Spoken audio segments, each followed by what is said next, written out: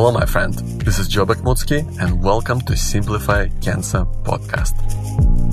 Today, we're going to hear from Daryl and his insight through the years he spent doing oncology social work. He has done so much incredible stuff, helping the gay and lesbian community in dealing with cancer, helping the underprivileged. He created this amazing dating websites for people who had cancer, and he's done so many other great projects. Truly, Daryl is a voice that needs to be heard, so check it out. Daryl, thank you so much for doing this. First, I want to start with, I want to really ask you, why did you become a social worker and how did you become involved in oncology? So, 1,000 years ago when I was younger, actually I think about 34 years ago, I actually left college and started working in banking, made a lot of money in that, and then took a year off, like a delayed gap year to travel around. Volunteered in a couple of refugee resettlement camps and came back to the States where I live and thought a better way for me to spend my time. So a friend of mine clued me into social work as a profession. Her husband was HIV positive and finally died from that. And so she became a social worker, and I just followed her to the university that she went to, NYU. And, it all started from there. It's a very gratifying career. Oncology, though, my dad was diagnosed with prostate cancer a few years after I became a social worker. So I started looking into that and saw there was a lot of unsettled work around psychosocial issues in oncology and cancer survivorship, and thought rather than focus on refugees or HIV or fields that were already overpopulated with social workers, in the late 1990s, there really were very few American social workers looking at cancer survivorship. So I thought that's a place I could be innovative and make a contribution to the field. Yeah, absolutely. So that's quite a change from banking into social work. And so it definitely feels like it's very personal, right? You're so involved. And so what drives you on, Daryl? Like, what do you want to achieve in what you do? So, it's sort of partially revenge. Cancer took my dad's life, and the lives of a lot of people I've known since. It may even take mine someday, and so far I'm lucky, but who knows? And it's a field where you really can see tangible results, with drug addiction or refugee resettlement. You never really know what's going to happen with the patient after you're through with them. With cancer, they're either happy or sad. The work that I do has very little with helping people live longer, but it has everything to do with helping people to live better and be happier in spite of their diagnosis and in spite of all the stressors and devastating treatments that they have to undergo. So it's a very warm and fuzzy feeling I have every day when I get to see the work that I'm doing actually play a big part in people's lives. Absolutely, Daryl. That's fantastic. And you're obviously doing some fantastic work specifically working with men. So, Daryl, what is it that's different about men facing cancer? Like, do we have different needs? Do we express things differently? So, no and yes. No, we don't have different needs in that we want to not be diagnosed with cancer. We want to not need to be treated, and we want to live rather than die. The differences are more in the realm of concrete stuff. Like it or not, in 2018, men are still the primary income creators of a family, or if they're living by themselves, they're taking care of themselves. Most of society around the world is still patriarchal. There are very few matriarchal societies. So there's a certain sense of, I have to take care of this, that women diagnosed with cancer don't feel. And then there are myths around this, as if men don't speak about cancer, or men have to be strong and, not admit that they're ill and such. And over the 20 years that I've been working with men and cancer, I mean, I found that just not to be true. I mean, people talk about it a lot, and people will use that as an excuse to not treat men equally as well as they treat women with cancer.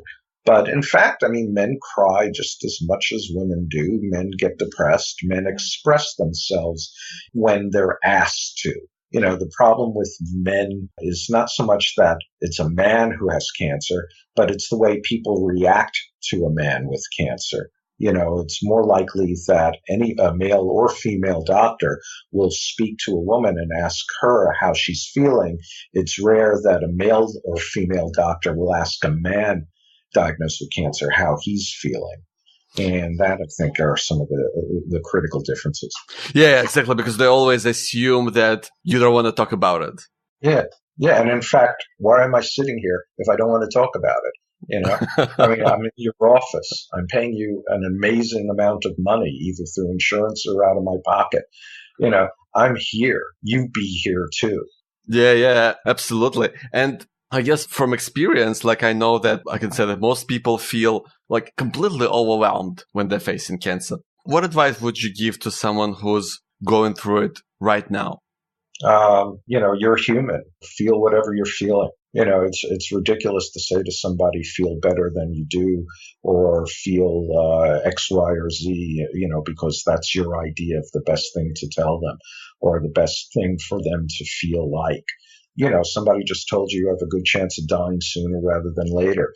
You know, I mean, your reaction is just as valid as anyone else's. The second thing is after you get through those feelings, then you got to figure out what you want to do about the cancer itself. You know, it's a disease and it's real. And, you know, we're still in medieval times when it comes to treatment. You know, there are no real cures for pretty much all of the cancers that are out there. There are only things that we could do to delay the onset of death. And that's really a good way to think about it, how to turn cancer into a chronic disease rather than a deadly disease.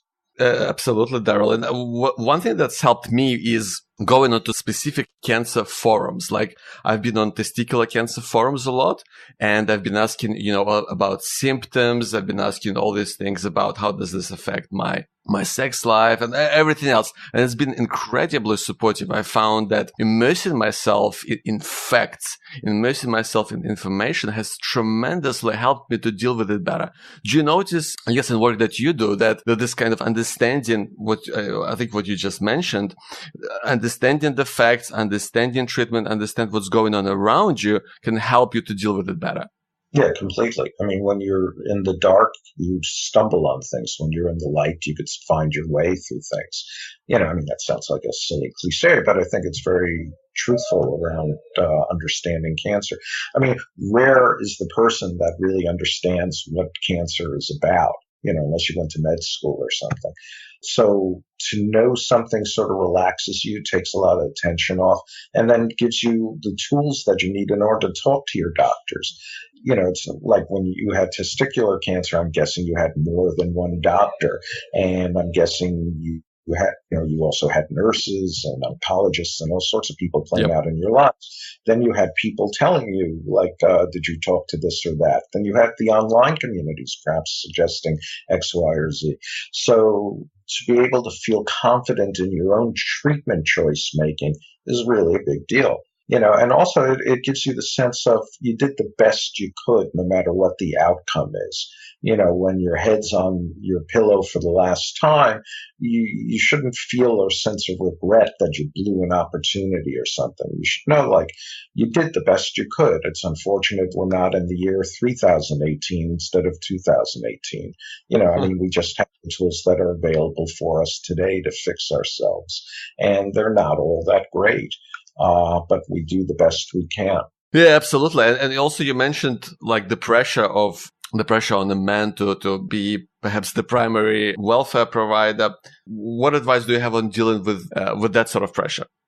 It's pressure. You know, I mean, it's like there's not really much you can do about it. Cancer is expensive. You know, I mean, there's no cheap way to deal with disease, and cancer is one of the most expensive diseases to treat.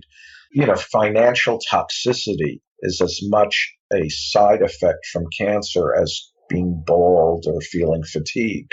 When you don't have the money to take care of yourself or your family, or when you're put in a horrible position of having to choose, do I pay for this drug versus put food on the table? That's a stressor that there's just no way around, particularly here in the United States where we don't have national health care and such. There are many people who are economically deprived or don't have large incomes that are really just dying sooner rather than later because they just don't have the cash to pay for treatment. And that's a shame.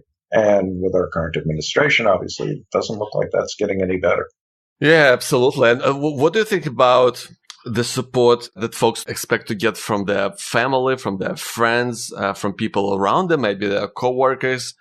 Do you feel in general, get the support that they need? And could they do something differently, maybe to speak up, to get better support? Yeah, so I've certainly pretty much everyone around you will either stick with you or they'll run away. It's usually, one or the other. It's rare that somebody's sort of in the middle ground.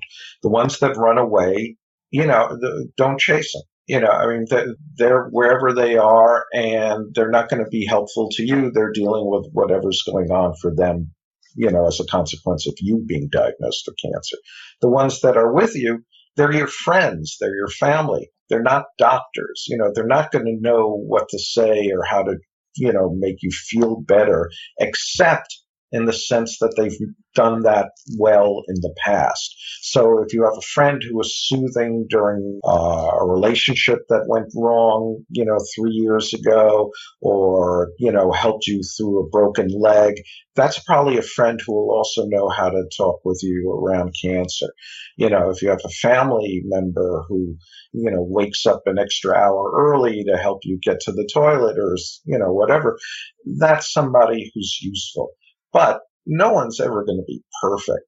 And if you do have somebody who absolutely knows the best things to say and is the most comforting creature on earth and all that, either that's your dog or that's an extraordinary person in your life. So, yeah, we're all people, and we all have human reactions to hearing about cancer, and there's no right or wrong about it. It's just the way it is. And, a lot of people live alone. In the United States, it's like 49% of all adult males over age of 40 live alone. That's extraordinary. I didn't know that until about 2.5, 3 years ago, working on a research thing on being single and having cancer.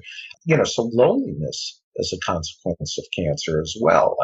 Imagine living alone and then you have this disease that, sort of people say, who do you have to talk to or who do you have to take care of you when you don't have anyone? That's, yeah. That's a staggering number, Daryl. Like, I guess, yeah, it kind of wakes you up a little bit. I remember that when I was on the forums and I was going through treatment, and there was a guy there who was saying, look, I'm just about to start chemo and I don't know what to expect.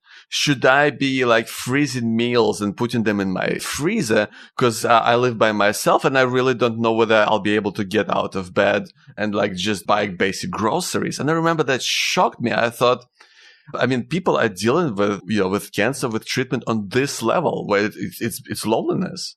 Yeah.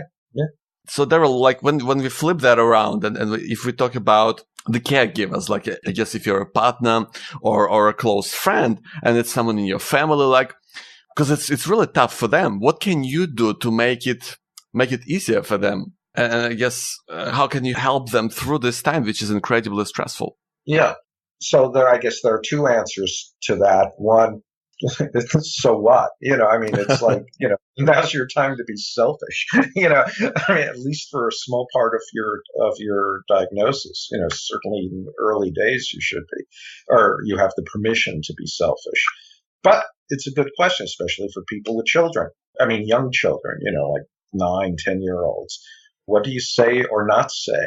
It's, there are no clear answers to that. And the sort of thing to suggest to people is what kind of situations did you have that were somewhat similar or remotely similar, and how did you behave with your kids or your family members then? And then just sort of repeat that in the higher context of having cancer. But really, there's no clear answer to that. And family members, you have the dynamics of your family and friends haven't changed from the day before your diagnosis to the day after, in the sense that if you didn't like them then, you're not going to like them now.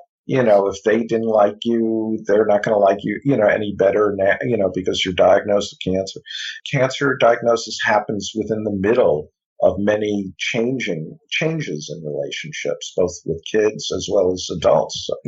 So all of this sort of returns to the fact that we're human, and there's a certain relaxation about that you're not going to get this right or wrong. You're just going to flow through it. And the better sort of posture is to understand you're going to make mistakes with everyone, but that's okay because there's no rule book around this. Yeah, absolutely. And I love what you said about being selfish. I completely agree with that. It's something that I'm almost afraid to admit to myself that this is a good thing to be, right? Yeah. I mean, being selfish is also a way of being very clear as what your needs are. One of the problems that caregivers have is not knowing what the diagnosed person actually really wants or needs. So when if you're 100% selfish, you're very clear as to what you need. Yeah. That helps the other person. Will either decide, well, I'm going to help this person out, or I'm going to think they're an ass and walk away, but clarity is a good thing. Yeah. In most cases. Yes, absolutely. Darren, what are some of the other challenges that typically get overlooked when we talk about cancer? Well, money, we talked about. Emotional life in terms of feeling loved, even if you live alone, to know that you love yourself, that you didn't cause your cancer. I mean, I think one of the big things around cancer is did I make my own cancer?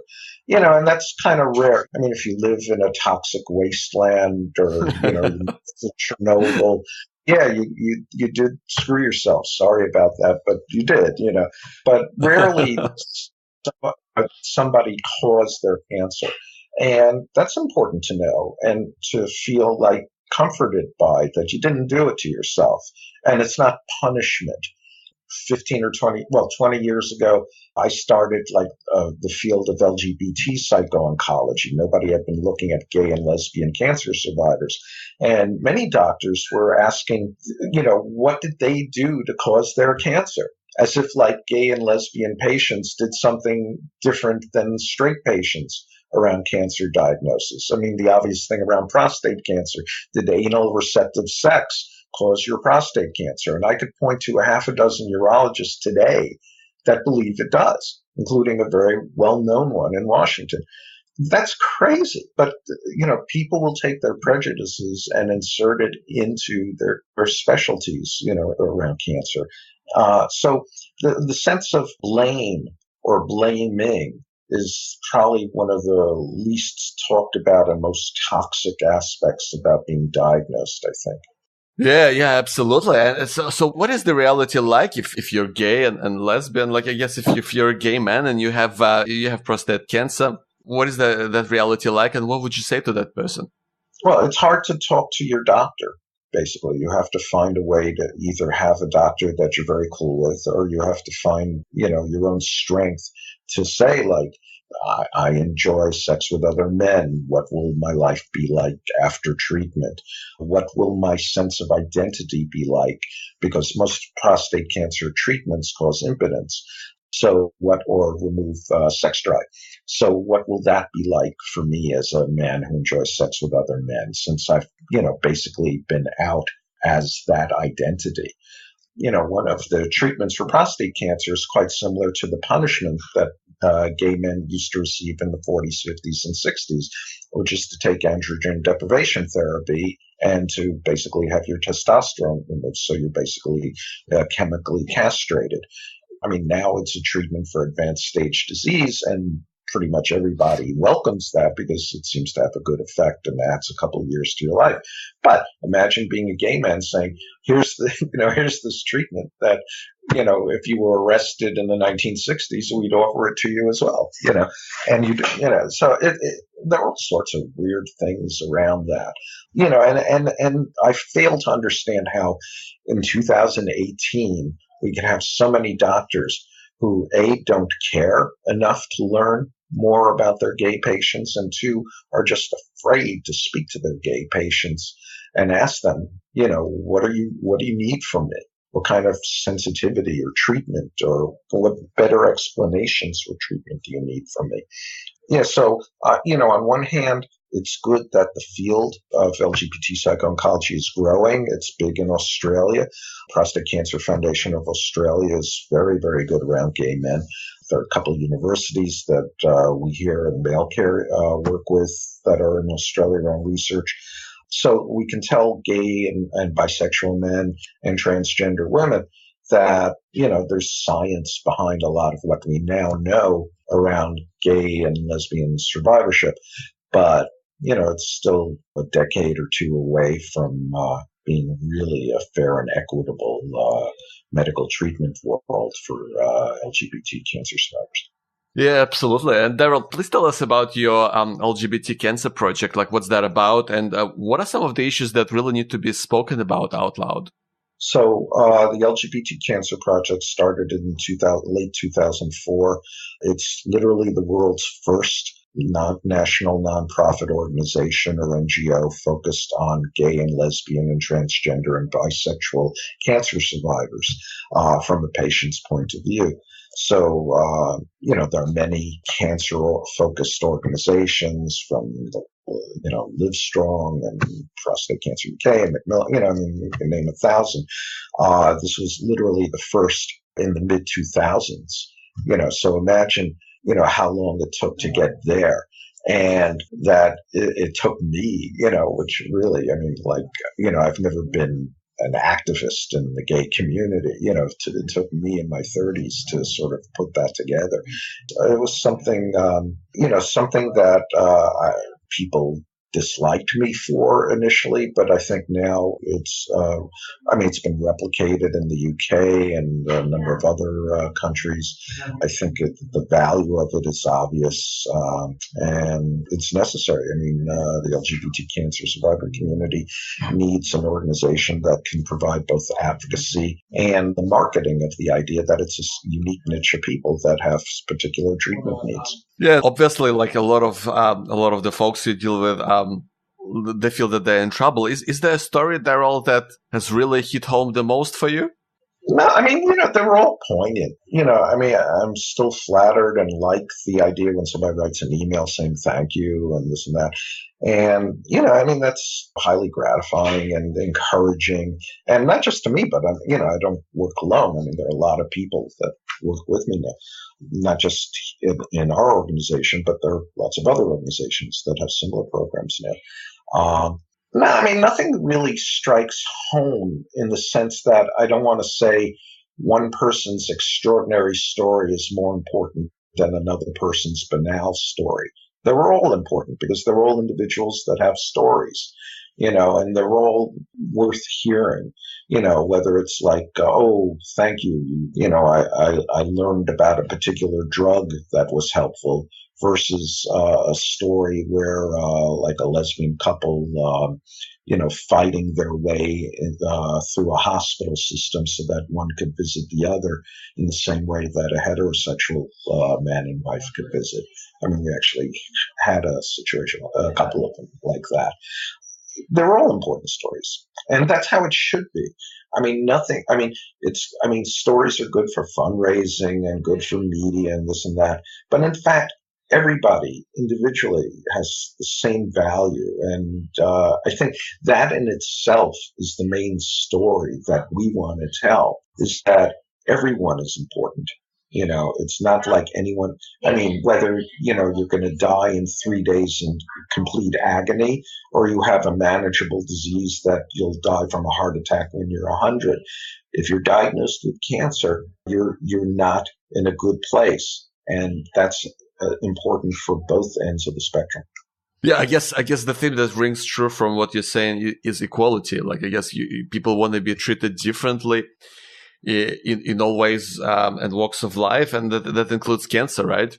Yeah. And, everyone is different. Whether you're in a refugee camp in Rwanda, in Rwanda or in Syria, or you're in, the highest income neighborhood in New York City.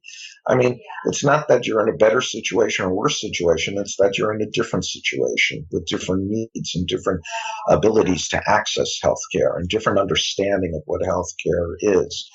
But, cancer is cancer for everybody. It may be slightly understood better here or there, and certainly there are different levels of intelligence among people.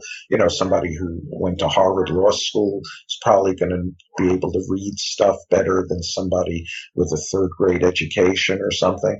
But, that sort of obvious stuff aside, everybody's the same.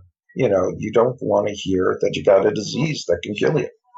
Yeah, absolutely. And Daryl, I know that you also started Cancer Match, which is a dating site for cancer survivors, and it got me thinking about how, that my partner was really incredibly supportive for me, but not everyone is so lucky. And I guess, like we talked about, like one way or another, folks end up in a position where they want to meet someone who really gets them, who they love, and you must have really also felt strongly about that in order to start Cancer Match. Tell us about that. Yeah, I mean, it's basically a dating site for cancer survivors. Cancermatch.com, also cancermatch.org goes there as well. But it's the idea that when you're dating, you sit down and you tell the person opposite you, I do this, I do that, blah blah blah. You tell them you have cancer. It's like, where's the check? Or oh, I forgot. It's like, gotta go to the toilet and never see them again. So when you have two cancer survivors dating, they both know that when you say you're feeling nauseous, it's not because they look bad tonight. It's because you're feeling nauseous, or you have a headache or something, or, imagine a date where you go to the doctor together, and you hang out in the waiting room. You find different strategies to enjoy your lives together. So that was the original idea, that you don't have to explain so many different things that are scary to people who are not diagnosed. And it's worked out brilliantly. I mean, we've had marriages out of that thing. There are usually about 800 or 900 people that are active every day, and every year there are about 8,000 or so new people, or 9,000 last year, new people signing on. It's not the largest dating site in the world, but thank God for that. Yeah. I mean, nice to be here. Sorry you're here. But it's like, I mean, it's super cool. I mean, if that were the only thing I did in my life, I'd be very happy. That's fantastic. So, Daryl, tell me about CancerGraph. Like, how did this come about, and why do we need it? So, CancerGraph is a mobile app. It's 13 months old now. We launched it in January of last year. So it came from the idea that symptoms and side effects are hard to keep track of. And there are symptom and side effect recording apps that predated ours, but none of them were very easy to use. And none of them created a graph that showed the progression of symptoms, so you could visually see, I had a toothache on Wednesday, Thursday, and Friday, and, or I was feeling nauseous 3 days in a row or whatever. But what it also does is directly connect with your doctor. So if indeed you are nauseous 3 days in a row, your doctor can call you up and say you ought to drink some water because you're at risk of dehydration or something. And so, believe it or not, that kind of app didn't exist until I came up with it actually, and we developed it here. And now it's been used worldwide. It's been written about in peer-reviewed journals. The Lancet had a really favorable article about it. It's in China. I mean, we have it translated in Chinese and Italian, a few other languages, and some more to come. It's remarkable how Cancer Graph has taken hold of the world of cancer survivors. Doctors are recommending it to patients and such. When you sit with your doctor and the doctor says hasn't seen you for a month or 2 months and say, how are you doing? You got 30 seconds to sort of spiel out what it is you've been feeling. Instead, you could actually hand that doctor a piece of paper or have it sent, directly to their office. And they could see, like, here are specific days, times, and locations where you felt a very precise way. Like I had a moderate sense of pain in my hip. I had an extreme sense of neuropathy, in my right hand. My eyesight was fuzzy for 3 days in a row or something 3 weeks ago. You can't remember that stuff. And nobody is good at keeping diaries. I mean, I have yet to meet anyone in my life that's ever kept a diary. I'm sure there's someone, but I haven't met them yet. And the nice thing about Cancer Graph is it's designed so well that it literally takes seconds to record anything that you're experiencing. And since, mobile phones are in our pockets or on our bedstands or laying by our side, everything can be recorded easily. So even if you blow off a third of what your experience is, you have 2/3 of recordings to share with your doctor. And those things can be life-saving because they can moderate treatment. You could change medications based on Cancer Graph. We have, particularly around prostate cancer, we have urologists telling us that and oncologists telling us they've modified treatment based on the findings from their patient's Cancer Graph. That's super cool. So, we're happy about that. Your audience can download. It's free. It's on iOS and Android, and it's free for the world to use. Yeah, that's fantastic, Daryl. I know that if I had the dollar every time I walked out of oncologist office and thought I should have asked him about that symptom that I was feeling, 3 days ago that I completely forgot about. Yeah, that's definitely that would be a huge help. That's actually, I guess, another way to for people to find out about yourself and what you do with male care. I mean, I know that this is how I stumbled upon your good self. I mean, I actually read about Cancer Graph in the Cure magazine. And I thought I better Google this Daryl guy. And yeah, that's how I found out about you. And I go, oh, wow, you're doing so much more than Cancer Graph alone. So that's interesting because I did not know it was written about in Cure magazine. So, we do get a lot of press on it. And I'm a social worker, it's not like we have a press office here or anything. So it's hard. So I'll look for, or you could email it to me, but it's, no, it's good that you found, finding information is so much better now than it was 5 or 10 or 15 years ago. Imagine being a cancer patient 20 years ago before really most people had computers to use. Oh, no. Yeah. You'd have a book and a brochure and that's it. Now you have massive online communities. We run one on a platform called healthunlocked.com, which everybody's welcome to. We run an anxiety support community that has over 31,000 people on it. That's incredible. And it's also a way for our doctors to learn about us as patients, to be able to sort of look and see what people are talking about. It's not just that the communities make better patients, it makes better doctors if they took the time to look. Yeah, absolutely, Daryl. And I guess with all this amazing work you're doing through mail care and otherwise, like all of these fantastic initiatives and projects, they must cost a lot of energy and a lot of money. How do you get funded? Do you get sponsorships? Do you partner up with people? How does it work? So all of that, but it's sort of like, the generosity of strangers. It's like people will donate. And I encourage your audience, obviously, to go to mailcare.org and make a donation. But by serving people are great. People who have the wherewithal to be grateful usually are grateful. And, we have the usual corporate sponsorships like any other nonprofit. There's no surprise there. I think people would be surprised with how little influence that actually causes. There's always this idea, like if you take money from I don't know, McDonald's, you'll be start pushing, hamburgers or something. And, really, it doesn't play out that way. I used to joke like I can't be bought by a half a tuna sandwich, and it's like, I mean, I can't even be bought by massive amounts of money because there's really nothing to buy. I mean, we don't have really anything to sell, so I mean, it's like when corporations offer us money, they like to be affiliated with an organization that does good things. So, if it helps McDonald's to say we're helping male care and look at how good our hamburgers are really good hamburger, Ronald McDonald is a really good guy or whatever, but there's nothing you could do about that. But I mean, it doesn't influence anything we do. I mean, it's like, happy to take your checks. But really, most of our money comes from individual donations. And some of them are quite large, but most are like, 2 and 3 figure kind of checks or donations by PayPal or whatever.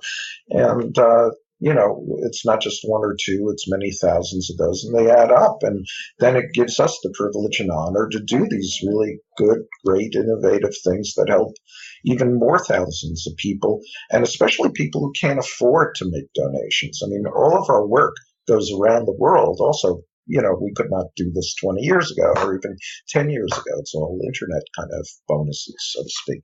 But I mean, that we could have free downloadable apps like CancerGraph.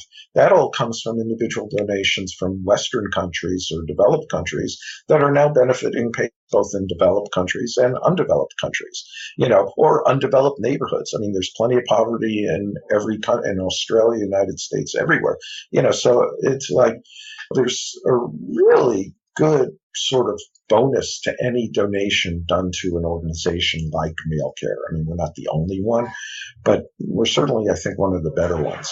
So, and it's an honor. I mean, when people write a check, it's their vote of confidence in what we've done, and or it's their gratitude for what we've done for them. And, that just makes us cry with gratitude. It's genuine, and, it's really great. And and things cost money. I mean, writing code just takes a lot of time. I mean, CancerGraph took 2.5 years to make, went through Wow. 78 iterations of it. And, algorithms are all unique to what, which is why it works so quickly. That didn't, happen overnight. So a lot of people put in a lot of hours into that product. Cancer Match takes a lot of moderation because they're spammers. And, there's also, I mean, ISIL and stuff use it, to get PlayStations and convert into bombs or something. I don't know what. Oh, wow. No, I mean, that's another show and a different kind of show. But, being on the other side of like a dating site or a community site, I mean, it's not just about like Russian escort services. I mean, it's really like, geopolitics and how to finance. And so a lot of these scammers are actually behind, really bad organizations, that are looking for funding to create products that kill other people. So there's a lot of work involved in ferreting those guys and women out and protecting our genuine core community.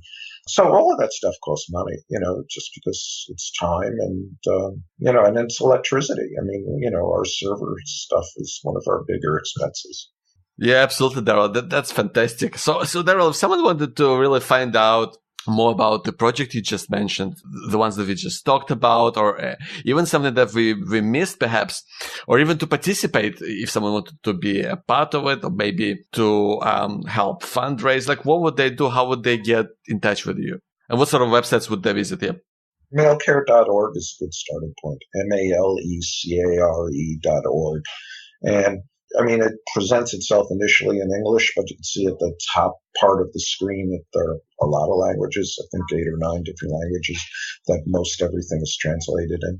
Yeah, and however you got in touch with me, I mean, if you read about Malecare, well, and we love email.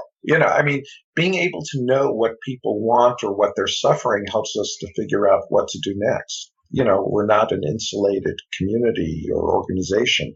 I mean, we actually reach out to people and focus group and make phone calls to people, and say, like, what do you need? We don't sit around waiting for people to tell us, but, when people do tell us, that's useful and that's helpful for everybody. So yeah, mailcare.org, malecare.org. Daryl, thank you so much. You're an inspiration. Oh, it's very sweet of you to say. Thank you.